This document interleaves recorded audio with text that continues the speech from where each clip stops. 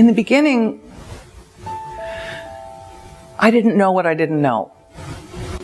And I didn't have an end game. After all, I already had a business, right? It did take on a life of its own.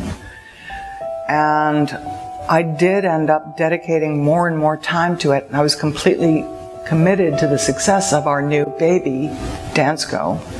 And I really took on the mantle of mom in our growing mom and pop business with kind of great enthusiasm.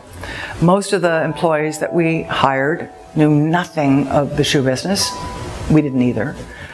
In fact, they were students of ours in the horse business who wanted to barter off lessons for time on the phone, or time picking shoes, or time packing shoes, or time running to the post office, all of those things that you do as a startup. And we really took that mom and pop model really to its fullest blossoming, I guess you could say.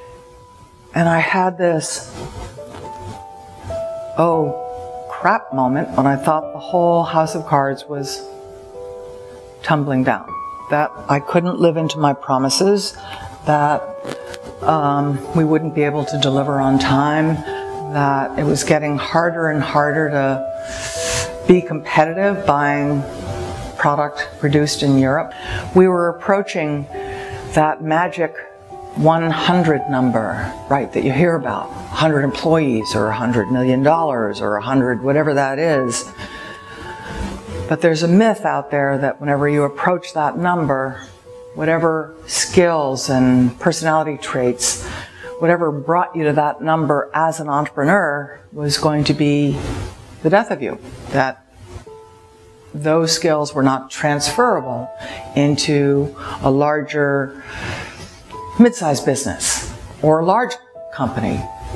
And I bought that hook, line, and sinker. I thought, okay, that's it, we're done. Our mom and pop model, as great as it was, has expired. Time's up. So I had a monumental crisis of confidence. Not that things weren't going well. We had no debt. We never had any debt at Dansko. We always kept reinvesting the proceeds into growing the business. We had squeaky clean distribution. We had thousands of retailers that adored us.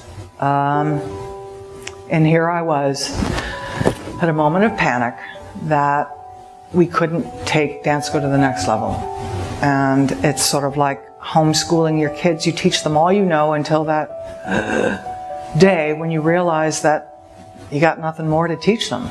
That in order for them to really be fully expressed adults out there in the world, they were going to have to know a lot more than you as a parent could teach them.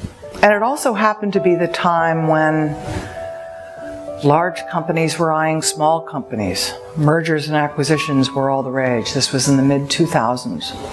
And we were courted by the best in the industry, the biggest in the industry. And they had their eyes on us like the crown jewel. Well, diamond in the rough, but a would-be crown jewel. We had everything. And they offered, one in particular, a staggering amount of money to take all of the worries off my shoulders, solve all of our sourcing problems, distribution problems, international sales, growth problems, staff development problems, everything. They could solve everything. I didn't realize that at the time, but geez, isn't that every entrepreneur's dream, right? Grow the company and sell for an extraordinary amount of money and go on and do the next thing. But I didn't have a next thing. And I realized at the 11th hour, 59 minutes and 59 seconds, that I was about ready to sell my baby down the river because I didn't know how to raise her. And how lame was that? That, for me, was the biggest epiphany of my life. This was my baby. This is what I built. This was my creation. I was living the life I loved. I was surrounded by people I loved and cared about. And my self-doubts were causing me to make what could have been probably the biggest mistake of my life. So truly, truly at the 11th hour, 59th minute and 59th second, at a trade show in Las Vegas, I knocked on the hotel room door of our buyer and said, I'm done. I'm walking away. I can't go forward with this. So we didn't sell.